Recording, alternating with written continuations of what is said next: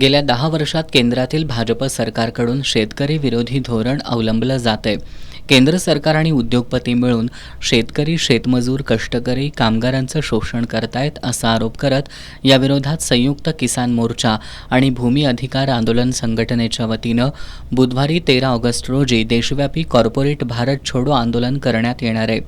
या आंदोलनाचा भाग म्हणून कोल्हापुरातील बिंदू चौकात आंदोलन करण्यात येणार आहे, अशी माहिती किसान सभेचे राज्य संघटन सचिव गिरीश फोंडे यांनी दिली आहे.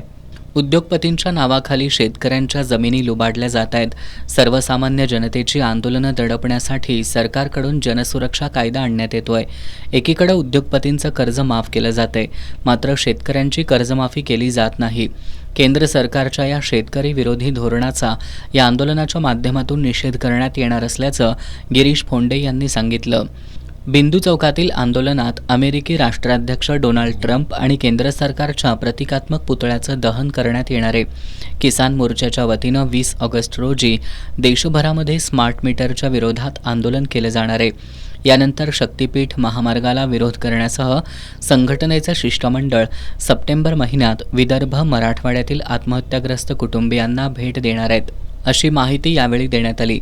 पत्रकार बैठकीला बाबूराव कदम, अमोल नाईक, अजित पवार, सागर कोंडेकर, सुभाष जाधव, दीपक पाटील, बाबासाहेब देवकर, YN पाटील, हरीश कांबळे, कुमार जाधव, कृष्णात मुळीक, नामदेव पाटील उपस्थित होते.